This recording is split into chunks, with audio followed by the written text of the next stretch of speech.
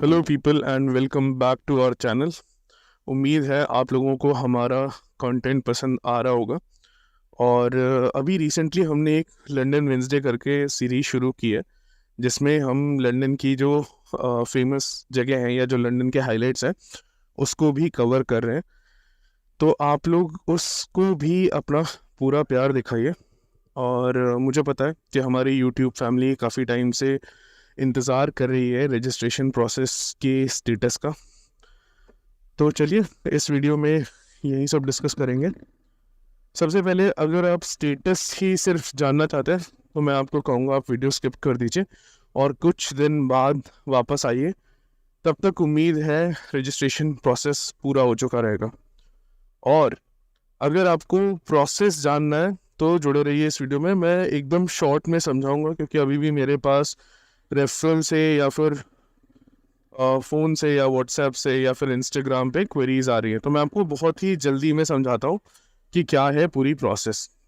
सबसे पहली चीज़ कि 3 से 4 स्टेप की प्रोसेस है।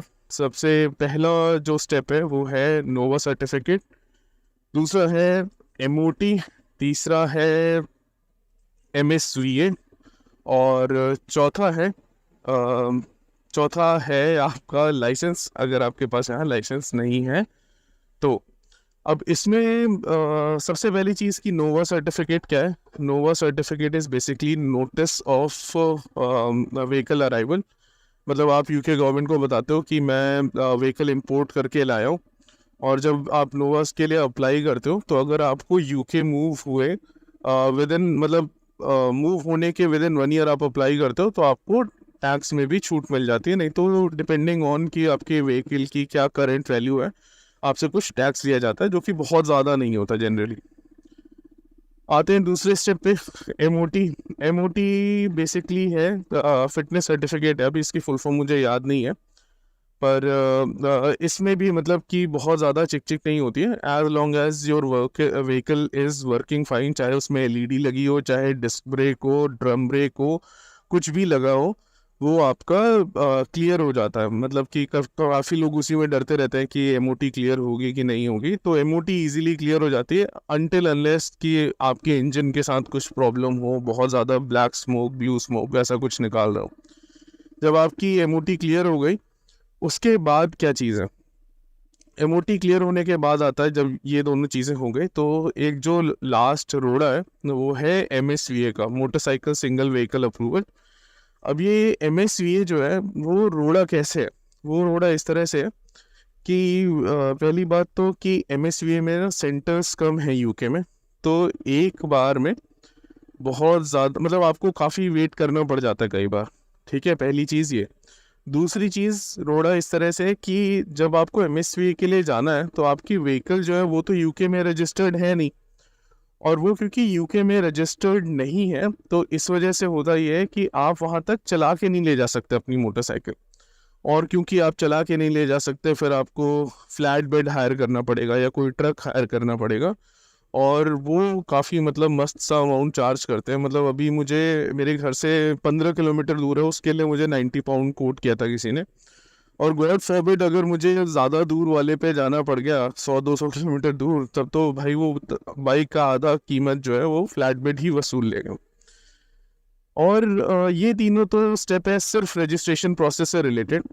पर इसके अलावा जो मैंने बोला कि लाइसेंस का क्या है कि लाइसेंस अपने आप में बहुत टफ है यूके में। मतलब आप जितने भी देसी लोगों से मिलोगे वो आपको बताएंगे कि भाई यूके का जो लाइसेंस है वो बहुत ज़्यादा टफ है।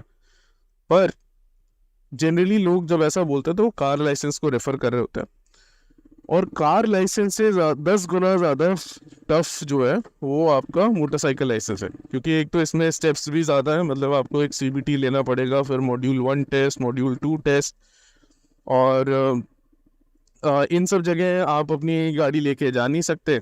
और इनकी मतलब अगर आप हायर करते हो ट्रेनर तो वो कॉस्ट भी बहुत ज़्यादा पड़ जाती है। मतलब जितना आपको इंपोर्ट करने में कॉस्ट लगेगा उतना ही आपको लाइसेंस में लग जाता है। तो इसलिए जो है मैं आपको सजेस्ट करूँगा कि पहली चीज़ कि अगर आपके दिमाग में है कि आपको मोटरसाइकिल इंपोर्ट करनी है तो प्रोसेस आप जैसे ही यूके में आई है ना, जितनी जल्दी आपको पता चले उतनी जल्दी शुरू कर दीजिए।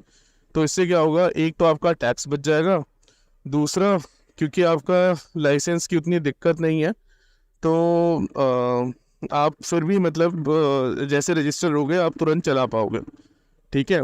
और लाइसेंस के लिए फिर आप थोड़ा सा वेट कर सकते हो कि हाँ ठीक है, मतलब अगले 2 महीने में 3 महीने में आप करा लो।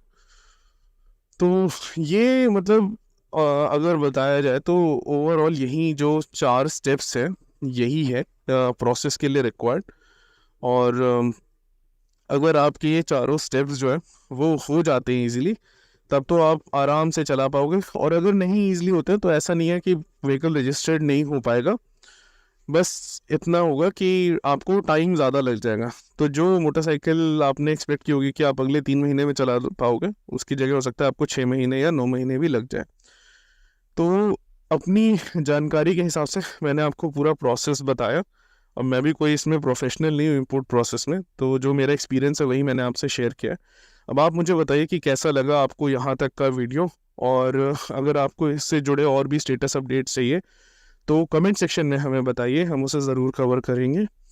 और 1 मिलियन व्यूज़ के लिए बहुत बहुत धन्यवाद, and I will see you in next video.